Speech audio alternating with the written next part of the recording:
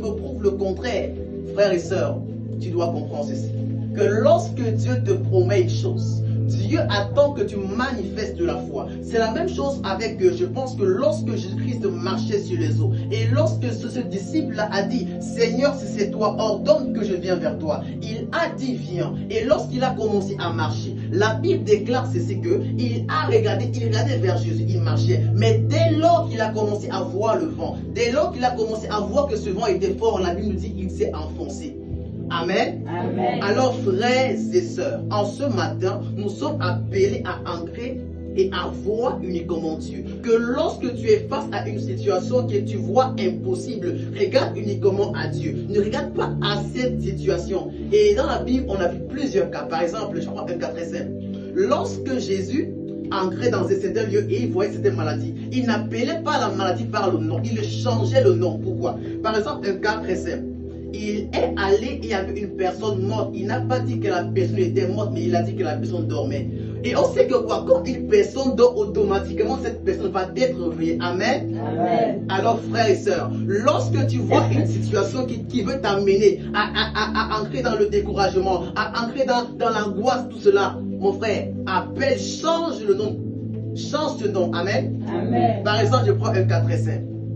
Tu es malade, tu dis, oh, j'appelle la vie, je déclare la vie. Que la vie devienne mon pas. Tu appelles cette vie-là. Oui, la Bible déclare que par ces meurtres-ci, nous sommes guéris. Oui, tu déclares cette parole. La lamentation ne doit pas être ton partage. Un enfant de Dieu ne doit pas être sous la lamentation. Amen. Amen. Au concret, tu dois avoir tes regards sur Dieu.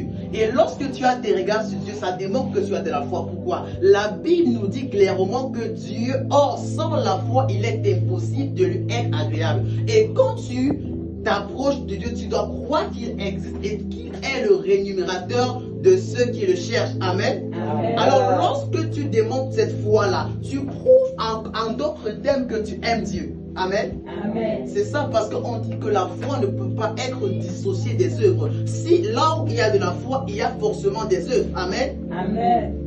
Donc frères et sœurs, le message de ce jour c'est clair et net. Ne te lamente pas.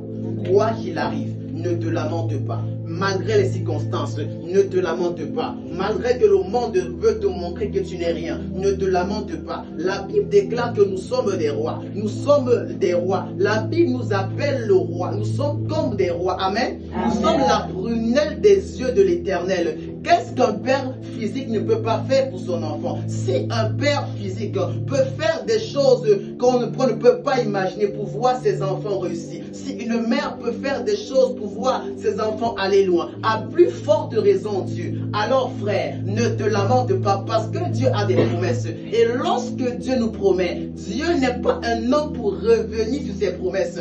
Dès lors qu'il a lâché, il va veiller à cette parole. Même si l'ennemi se lève pour essayer de contrer ou pour essayer d'empêcher ce plan s'accomplir, Dieu est le Dieu qui veille sur sa parole. Il veille